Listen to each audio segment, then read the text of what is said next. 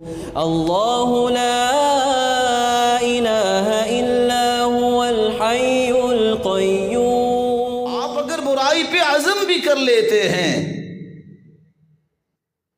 تو گنتی کے 2 کام ایسے ہیں جو آپ کے برائی کے عزم کو بھی پارا پارا کر دیتے ہیں۔ اللہ کا ذکر جو ہے اور اس کے ساتھ صدقہ جو ہے، اس سے بڑی دنیا کے اندر کوئی طاقت نہیں ہے۔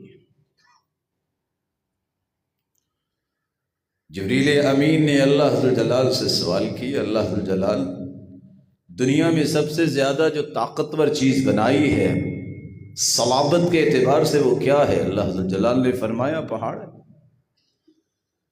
کہا اس سے طاقتور بھی کوئی چیز بنائی ہے؟ اللہ نے فرمایا کہ ہاں، لوہا، لوہے سے پہاڑ کو کاٹ دیا جاتا۔ کہا اس سے بڑھ کے بھی کوئی طاقتور چیز ہے؟ جواب دیا جی ہاں، آگ ہے جو لوہے کو پانی بنا دیتی ہے۔ کہا اس سے طاقتور بھی کوئی چیز بنائی ہے؟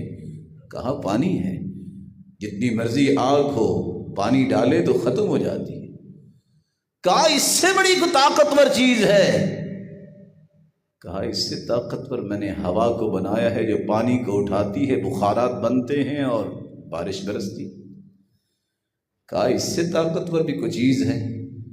جواب دیا وہ صدقہ جو خفیہ انسان کرتا ہے وہ اس سے طاقتور بھی ہے۔ آپ نے عزم کر لیا ہے، 6 درجے میں پہنچ گئے ہیں، صدقہ کرے، اللہ ذوالجلال کا ذکر کرے، اور ذکر سے انسان کے اندر وہ طاقت اور پاور آ جاتی ہے کہ دنیا کی کوئی طاقت اس کا سامنا نہیں کرتی۔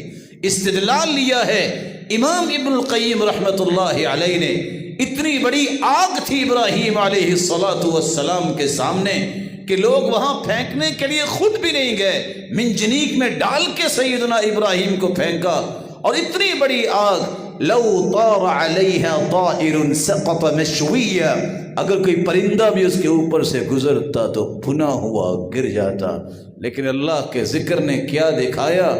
حسبی اللہ ونعم الوکیل۔ یہ کلمات اس قدر پاور والے ہیں کہ دنیا کی ساری طاقتیں اکٹھی ہو جائیں اس کا مقابلہ نہیں کر سکتی۔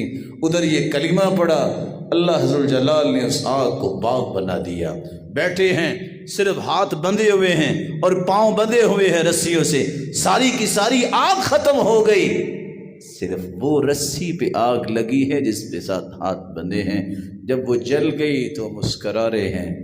لکھنے والے لکھتے ہیں کہ باپ آزر کہنے لگا نعم الرب ربک یا ابراہیم، اور ابراہیم تیرا رب تو بہت بڑا نکلا، اس نے تو تجھے کچھ ہونے ہی نہیں دیا۔